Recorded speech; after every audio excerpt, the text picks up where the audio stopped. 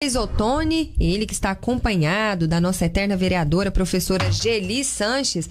Bom dia, deputado. Bom dia, Fernanda. Bom dia, Roger, Marcelo, Marcinho, todos aqueles que nos acompanham aqui pela Manchester FM. Uma satisfação poder estar sempre aqui com vocês. Deputada Disso, o senhor não veio aqui na rádio, né? Eu quero saber das novidades, o que está acontecendo. Parece que tem novidade aí na área da saúde, Anápolis também recebendo benefícios. Estamos trabalhando muito, Roger, em Brasília, para cumprir a nossa missão de poder fazer a boa política, mostrar que a política pode ser feita de maneira séria, de maneira honesta, de maneira competente, que a política pode ser feita baseada na ética, no compromisso social, na participação popular, na defesa dos direitos da cidadania, trazendo benefícios para a cidade de Anápolis em especial.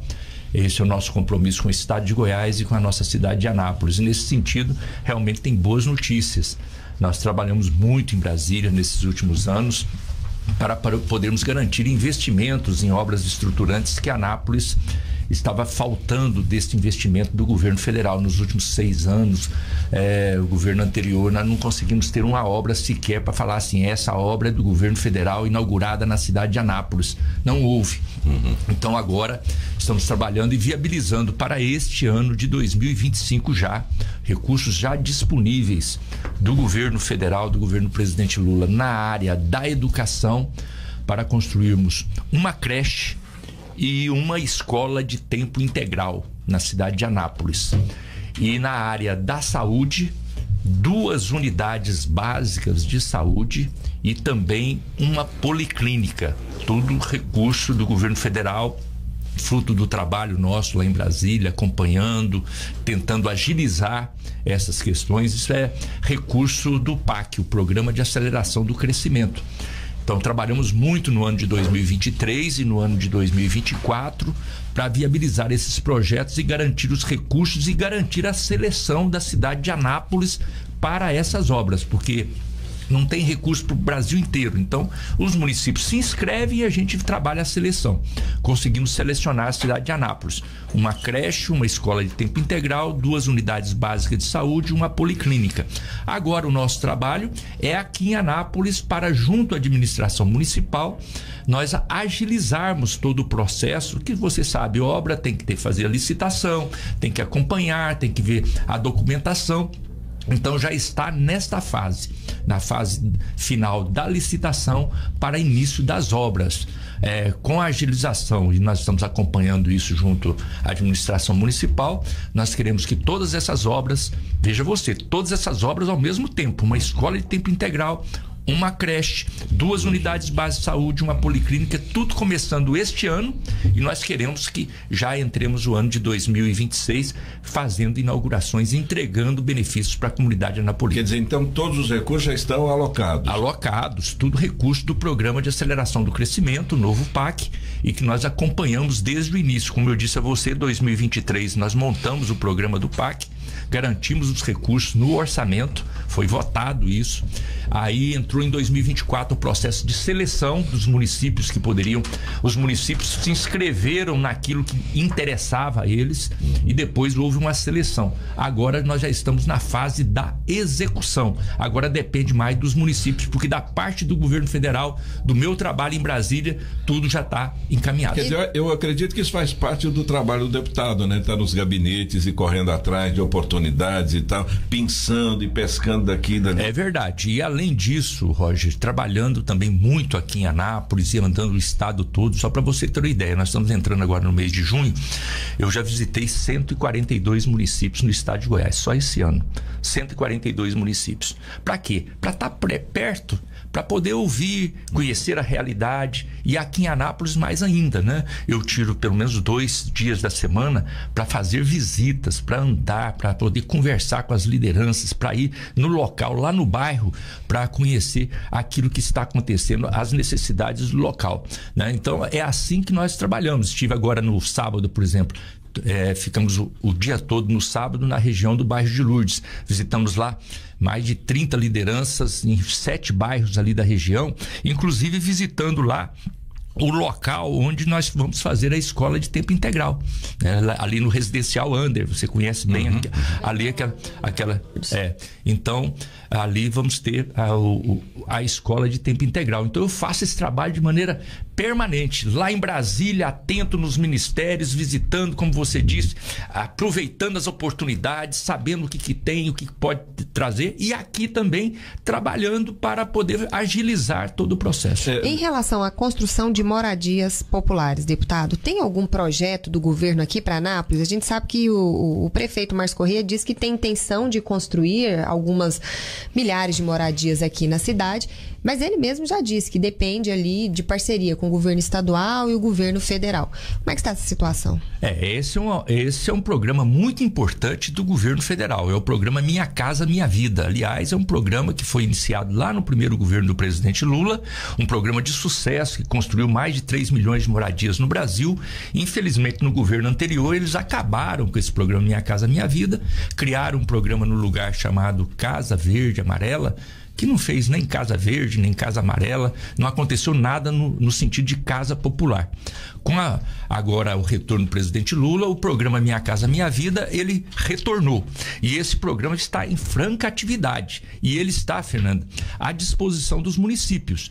A questão é o seguinte, o programa Minha Casa Minha Vida, ele tem diversos níveis. Ele tem um nível que é o chamado faixa 1, que é a faixa popular, onde a pessoa é para pessoas em situação, famílias em situação de vulnerabilidade, salário mínimo só com renda de salário mínimo. Então a família que vai ganhar a casa de graça. E depois tem faixa 2, faixa 3, que são níveis onde o governo federal também faz o financiamento. O governo federal entra com a parte, mas uma parte é a contrapartida. Para haver essa faixa 1, que é o popular, como nós fizemos aqui o Copacabana, mais de 1.000 casas, Leblon, mais de 800 casas, e outros residenciais que nós fizemos aqui nas nossas administrações do PT, é preciso contrapartida da prefeitura. A prefeitura tem que entrar com a área, tem que entrar com a infraestrutura. E na realidade, o que nós temos percebido aqui em Anápolis é que se fala muito em fazer moradia, mas acessa a Caixa Econômica Federal e os programas do programa Minha Casa Minha Vida para o faixa 2, para o faixa 3, que é aquele onde há contrapartida da pessoa, da família, que é um nível que às vezes as famílias que mais necessitam não têm condição de se inscrever nele. Então não é a casa popular, é aquela casa média. Você pode ver que tem vários, se você andar na cidade, tem vários conjuntos sendo feitos aí, várias iniciativas. O setor de construção civil construindo muitas casas e vendendo, são todos com recurso do governo federal. Minha Casa Minha Vida, só que é para financiamento. Agora, a casa popular, que é essa que você está falando, Fernando, demanda uma iniciativa da prefeitura de poder garantir a área, garantir a infraestrutura, e tem o recurso do governo federal para poder fazer, mas tem que ter o interesse e a iniciativa da prefeitura, que eu percebo que está muito mais focado no faixa 2 e no faixa 3 do que nessa faixa que é a faixa mais necessária, que é moradia para quem realmente precisa e não tem como pagar. E como representante de Anápolis, o único deputado federal que nós temos, o senhor já foi procurado para poder discutir essa ação? Eu é que procurei. Fiz questão de fazer isso para mostrar, inclusive, Fernanda, Roger, que a política ela pode ser diferente dessa polarização, dessa guerra que se tenta criar, como se a política fosse um espaço de enfrentamento, de guerra, e tudo que uma pessoa pensa diferente, você tem que se contrapor. Eu tenho tentado mostrar na prática, não apenas no discurso, que a gente pode trabalhar em conjunto mesmo pensando diferente. Então fiz questão, Fernanda, já na posse, estar presente, depois da posse, 15 dias depois, fiz questão de trazer aqui em Anápolis o representante do governo federal, secretário executivo da Secretaria de Relações Institucionais do Palácio do Planalto, para fazer uma visita, para nos colocarmos à disposição de todos os projetos do governo federal. Então estou à disposição para ajudar a cidade de Anápolis. É esse o nosso jeito de trabalhar. Colocamos as nossas diferenças assim, colocamos o interesse de Anápolis acima daquilo que pode haver de divergência no campo da política. Seria irrelevante, então, perguntar, então, como é que é a relação do senhor com a Prefeitura de Anápolis, com o administrador de Anápolis? E essa não é a pergunta, então. A relação institucional, né? Todos sabem que nós disputamos a eleição, perdemos a eleição, mas nós estamos na democracia, e eu respeito a democracia. Você me conhece há muito tempo, Roger, sabe, já disputei muitas eleições, já ganhei, já perdi, e sempre respeitei o resultado, né? E sempre procurei fazer o melhor aonde a população me coloca. Quando ela me coloca na situação, eu trabalho para fazer o melhor. Quando coloca na oposição, eu também tento, naquele espaço que me é colocado, eu tento fazer o melhor. Então isso não é problema. O relacionamento institucional, já fiz a visita à prefeitura, já fiz a visita à Câmara Municipal, aberto para poder receber as sugestões e aberto para, em Brasília, buscar os recursos necessários para poder ajudar a nossa cidade. Imagina você, os recursos que já estão sendo disponíveis: uma escola de tempo integral, uma creche, 2 unidades básicas de saúde, uma policlínica, tudo já no primeiro ano da administração. Isso mostra o quê? Disposição nossa de poder ajudar, de poder contribuir. Nós não queremos, nós poderíamos, aquela ideia, então, quanto pior, melhor, então eu vou tentar atrapalhar? Não, de maneira nenhuma. Nós trabalhamos pelo bem da cidade e vamos mostrar para a cidade que a gente pode fazer política diferente. Tá. E tanto a escola como a UBS, todas aparelhadas, prontas, entregues, funcionando. E quem é que vai administrar? É para repassar ao município? É para o município. Essa é a visão de um governo municipalista. O governo federal que ajuda o município naquilo que ele tem mais dificuldade, que é a infraestrutura, mas dá oportunidade para ele poder fazer a gestão. A unidade, nós teremos 2 unidades básicas de saúde, uma no Vivian Park e a outra no Jardim das Américas, para atender. Só para você ter uma ideia, essas unidades básicas de saúde são cerca de 2,5 milhões de reais de obra, né? E depois vem com o equipamento e tudo, como você perguntou. A policlínica prevista ali no Adriana Park, região ali da Vila Jaiara, Adriana Park, um investimento de mais de 17 milhões de reais nessa policlínica. Também a escola de tempo integral, como eu falei para você, lá no Residencial Under, lá na região do bairro de Lourdes, lá um investimento de cerca de 10 milhões de reais, quase 11 milhões de reais nessa escola de tempo integral. Só isso são quase 50 milhões de reais. E a creche vai ser lá no Jardim Primavera, na segunda etapa, um investimento de mais de 5 milhões de reais. Então, veja você, não é pouca coisa.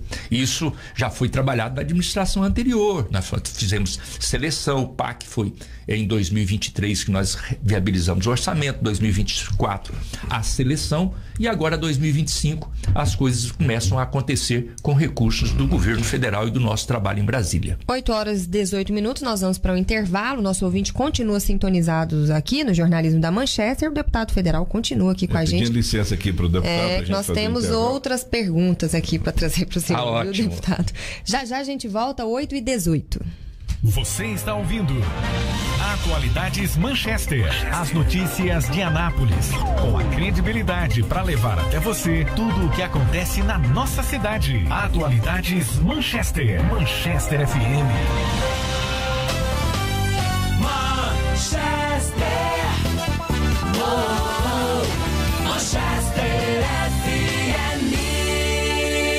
Anápolis tem a Conexão, a maior e mais completa loja de materiais elétricos, hidráulicos e acabamentos da região. A Conexão cresce forte e com sucesso absoluto. A Conexão tem a maior variedade de pisos, porcelanatos e revestimentos à pronta entrega. Tudo das melhores marcas. Conexão, aqui tem. Avenida Presidente Kennedy 1919, com estacionamento próprio. Fone 33154500. Conexão, a sua loja 5 estrelas.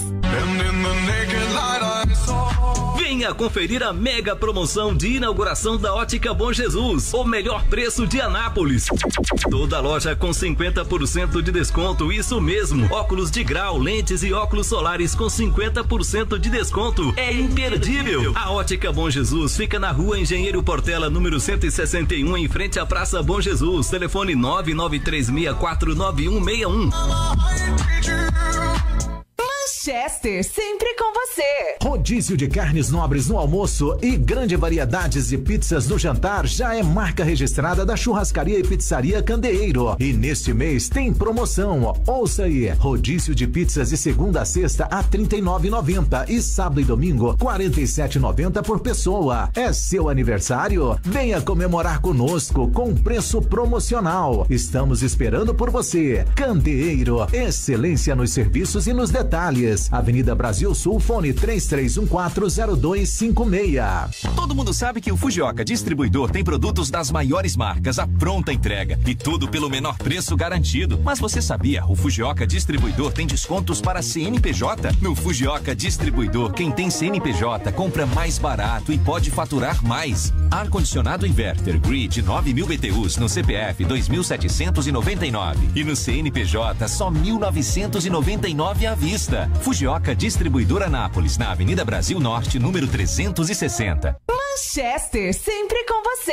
No Colégio Tecnológico de Goiás, a sua carreira avança. Inscrições abertas para cursos nas áreas de saúde, beleza, gestão de negócios, segurança do trabalho e muito mais. Tudo de graça. Acesse cotec.org.br e faça sua inscrição. Colégio Tecnológico de Goiás. É de graça, é de qualidade, é para você. Uma iniciativa do governo de Goiás por meio do programa Goiás Social, em parceria com a Universidade Federal de Goiás. Quer surpreender o seu amor? Escolha o Boticário. Eleita a melhor marca para presentear quem se ama. No Bote, você vai encontrar vários kits especiais com descontos de até 30%. São mais de 30 opções de presentes a partir de R$ 39,90. Garanta já o seu nos canais de venda até 12 de junho. Dia do Amor é o Boticário. Manchester FM. Manchester. Siga nosso Instagram, @Manchester93FM. Você está ouvindo Atualidades Manchester, as notícias de Anápolis, com a credibilidade para levar até você tudo o que acontece na nossa cidade. Atualidades Manchester, Manchester FM. 8h22, está conosco o deputado federal Rubens Ottoni, do PT. É um amigo da gente de sempre, né? A gente é amigo dele de sempre, né, deputado? É uma alegria tê-lo aqui sempre conosco, é prazeroso. O senhor é uma pessoa do bem e isso é bom demais. Aliás, é exemplo de democracia, né? O deputado está sempre carreando recursos para Anápolis, independente de quem seja, sabe? Ele é atuante pela nossa cidade, isso a gente tem que reconhecer e agradecer. Deputado, então, vou falar aqui em atividade do senhor, estou me lembrando do viaduto Miguel Braga, né? Que tem um trabalho muito intenso que o senhor realizou, que viabilizou aquela obra, né? A gente deve aquela obra ao senhor, mas só que a obra já está ficando antiga e, aliás, um dado que talvez o senhor tenha, Anápolis tem um carro para cada 1,26 habitante. Então, nós temos 350 mil carros para uma população de 400 mil habitantes. Então, a cidade cresceu e aquele viaduto hoje é um problema sério. Dia desse a gente conversando aqui e descobriu que não há previsão pelos próximos 10 anos de mexer naquela estrutura toda ali. O que pode ser feito, já que envolve o DENIT, enfim, o que pode ser feito para a gente melhorar? Com certeza o senhor também se perturba com aquela situação ali, não é? É lugar que eu passo, né? Todo dia, toda semana, e ali realmente me orgulho muito de poder ter feito não apenas o trabalho ali do viaduto Miguel Braga, mas todo esse trabalho de infraestrutura que deu a Anápolis uma situação de logística privilegiada no modal rodoviário, que é a duplicação do nosso entorno aqui da cidade de Anápolis, que vai desde o viaduto do Daia, que fomos nós que fizemos com recurso do governo federal, o viaduto Miguel Braga ali na saída para Brasília, toda a duplicação da BR-153 até Interlândia, com o viaduto lá em Interlândia, com o viaduto na Vila Jaiara, com que era chamado de Trevo da Morte, você se lembra muito bem disso, ali também todo o viaduto ali na saída para Corumbá. Então tudo isso foi feito com recurso federal, com trabalho nosso. Agora é o que você disse, essa é uma obra que já o tempo passa, né, o movimento aumenta e há a necessidade do ajuste e adequação de todas essas ações. E infelizmente nós tivemos no governo federal anterior a colocação desse trecho da rodovia, que é da BR-153, aqui que começa ali no trevo, no viaduto Miguel Braga, a concessão dessa rodovia para a iniciativa particular. Agora a Ecovias Araguaia, ela tem a coordenação desse trabalho.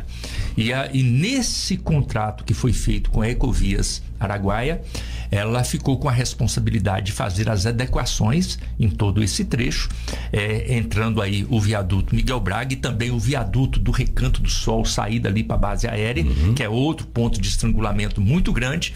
E infelizmente eles fizeram no contrato, foi feita a concessão para a empresa e com prazo largo, esticado, para poder fazer a execução. Ali, como você disse, no Miguel Braga, ali um prazo de mais de 5 anos para fazer, e lá no do Recanto Sol, mais de 20 anos para poder fazer. Imagina, daqui 20 anos a realidade é totalmente outra.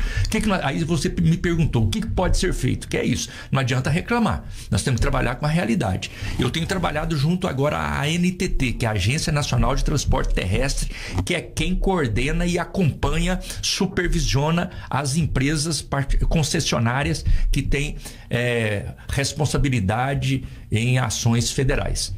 Então, estou acompanhando a NTT, discutindo, queremos uma resposta ainda para esse semestre, de podermos adequar esse contrato e diminuir os prazos de execução daquilo que foi previsto anteriormente. Então, nós queremos de imediato ter uma ação ali no trevo, ali no trevo para Brasília, no viaduto Miguel Braga, para poder resolver aquela situação, e também na saída para a base aérea, que é ali no encontro da BR-153 com a BR-414. Então estamos trabalhando forte em Brasília junto à NTT, e infelizmente agora não é mais governo federal, não é junto ao Ministério do Transporte, não é junto mais ao DENIT, não é o DENIT, Ministério do Transporte, que tem a responsabilidade. Agora, como é uma empresa particular, a NTT é uma agência, e com ela nós estamos interferindo. Inclusive tenho uma audiência marcada para a próxima semana lá na NTT, na próxima quarta-feira, para poder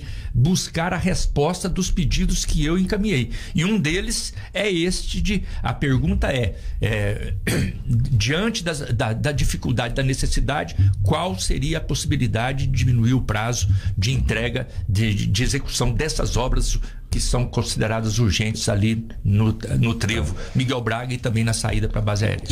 Trazendo um abraço aqui do Léo Gabiati, filho da dona Nelly e do seu Francisco, ao deputado Rubens Ottoni. Grande abraço. E abraço a professora Geli também, ex-professora e diretora Geli. Que bacana. Então, o senhor vê possibilidade de rever? Vejo, precisa ter, porque na verdade, nesses casos, nós temos que confrontar a realidade, Roger. A realidade, ela exige uma ação mais imediata. Não podemos esperar 20 anos para resolver o problema do trevo lá da saída para a base aérea. Não podemos esperar 10 anos para resolver a questão ali. Como você bem disse, o viaduto ali, Miguel Braga, naquela época que foi feito, foi uma grande conquista, foi uma grande realidade. Quem convivia ali do trevo na saída para Brasília sabe qual era a dificuldade. Quem convivia com a dificuldade ali no trevo do Daia, como que era a situação, quer dizer, mudou da água para o vinho, mas a situação vai evoluindo também, a população aumenta, o número de carros aumenta, a circulação aumenta, há uma necessidade de adequação. E há uma outra preocupação, eu não sei se eu torço para ver resolvido ou não, porque é o chamado anel viário do Daia, que é uma obra que parece ter uma cabeça de burro enterrada ali, que aquilo não sai nem por decreto, ninguém resolve aquilo ali, é um negócio revoltante. Se fizerem, que eu não acredito que vão fazer aquela obra nunca, aquilo ali é só para o povo pedir. E ajuda bastante, não é? E quando se fizerem aquilo ali, vai estrangular ainda mais o trevo Miguel Braga, né? Mas ali pode criar alternativas para poder desviar ali o trânsito ali. Mas aí é claro que a primeira coisa é o desafio do governo do estado, ali é uma obra do governo do estado, o governo do estado realmente, junto com a prefeitura, tentar viabilizar essa obra que, como você disse, já foi falado muitas vezes e não saiu do papel. A gente tem algumas pautas nacionais para conversar aqui com o deputado, mas eu queria ver sobre esse assunto qual a possibilidade do senhor estar ajudando. A gente recebe aqui diariamente ouvintes reclamando. A gente sabe que é uma ação do governo municipal, que é a questão das galerias, investimento para galerias de água pluvial por conta da quantidade de água servida que tem na cidade. É possível uma parceria com o município na liberação de recursos para esse setor ou fica restrito só ao município? Não, é possível. O Ministério das Cidades é um ministério muito importante, o nome já diz, Ministério das Cidades é um ministério afeto a atender essas necessidades, urgências dos municípios, e nesta área de saneamento, na área de águas pluviais, o Ministério das Cidades tem projetos importantes disponíveis para os municípios.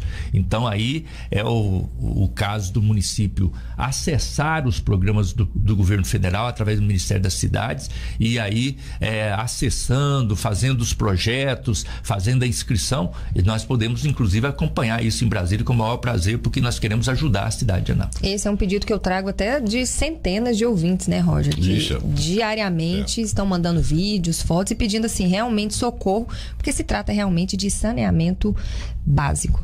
Vamos falar um pouquinho aqui sobre pauta federal. A gente tem aqui informação que o STF volta a julgar, né, amanhã, dia 4 de junho, a possibilidade de responsabilizar as plataformas digitais pelos conteúdos publicados pelos usuários sem ordem judicial. E aí a gente já pergunta a opinião do senhor, deputado, em relação à questão da regulação das redes sociais, que faz parte dessa pauta do STF. Olha, eu sempre me posicionei com muita tranquilidade e às vezes recebendo críticas das pessoas, porque eu sempre defendi que tem que ter a regulação. E quando fala que tem que ter a regulação das plataformas aí na rede social, sempre aparece um aqui, outro acolá para dizer, não, mas isso é censura, né? Tem que ter liberdade de expressão. Claro, liberdade de expressão, legítimo, eu sou o primeiro a defender liberdade de expressão.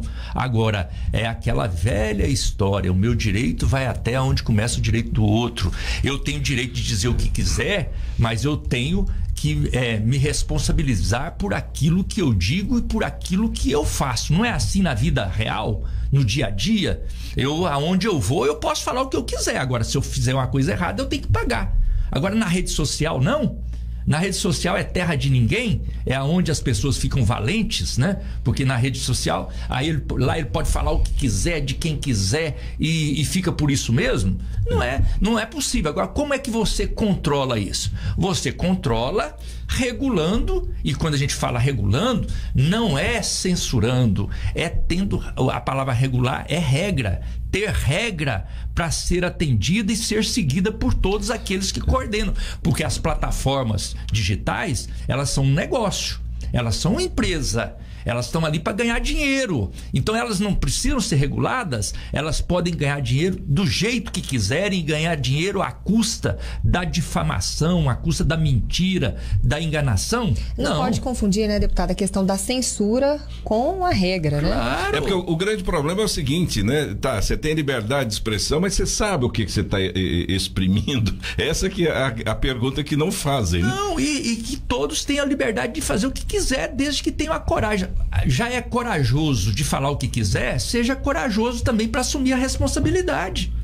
Seja corajoso para assumir a responsabilidade. E a empresa que ganha dinheiro em cima disso, ela que precisa ser responsabilizada, ela que precisa fiscalizar, ela que precisa controlar. Agora não pode ser terra de ninguém, porque isso não é um ataque, porque às vezes as pessoas falam, não, mas isso aí, por que isso é difamação? Aí o pessoal pensa sempre no terreno da política. Não é terreno da política, não. É na questão familiar, o que as famílias estão expostas, o que nossos filhos, os nossos netos, sobrinhos, a família toda está exposta diante da falta de controle e dessa visão assim de terra arrasada, terra de ninguém, onde cada um faz o que quer. Aliás, deputado, trazendo aqui para nossa cidade, nós temos esse caso que está muito recente aqui, né, de um site, também do Instagram aí, alguém com um canal no Instagram que começou a difamar todo mundo, virou questão de polícia aí, né? Veja como que essa é a situação. Então, as pessoas acham que se empoderam e acham que podem fazer o que quiserem. Aí, quando uma pessoa toma a iniciativa de ir na polícia e denunciar, aí começa a investigar, começa a descobrir o esgoto que se tem por baixo de toda uma ação que transparece como se fosse normal, como se fosse uma coisa que é do cotidiano, isso faz parte da disputa. Não faz. As pessoas têm que se responsabilizar por aquilo que fazem, por aquilo que dizem e por as consequências daquilo que fazem no dia a dia, mesmo na rede social. Então, aqui em Anápolis é um exemplo disso, né? E está sendo investigado. Eu vi aí que o Ministério Público foi favorável a fazer com que a investigação, o Tribunal de Justiça abra a garantia para a continuidade da investigação.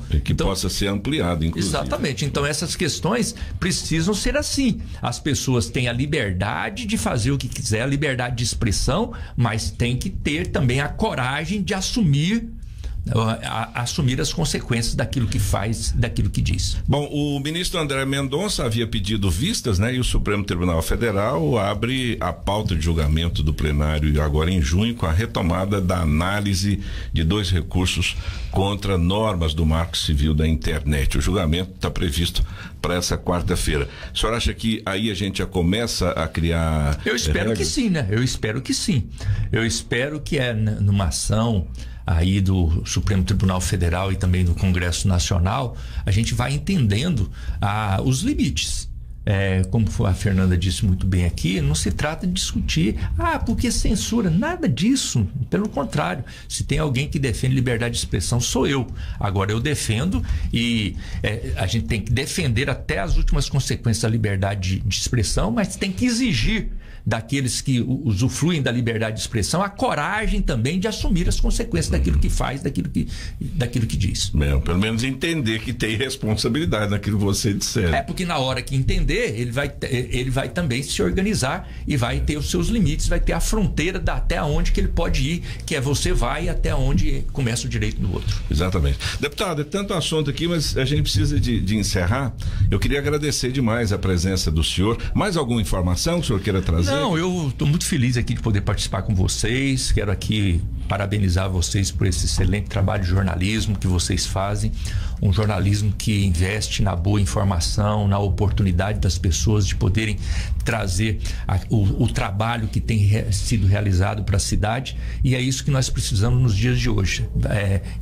Combater a fake news, combater a desinformação, investir na comunicação, que seja a comunicação positiva e que dê oportunidade para toda a comunidade estar presente, se expressar. Parabéns a vocês, estou sempre à disposição. Deixa aqui um abraço também do ex-vereador Luiz Lacerda, que é nosso ouvinte todas as manhãs. Grande abraço, aqui Luiz. Acompanhando.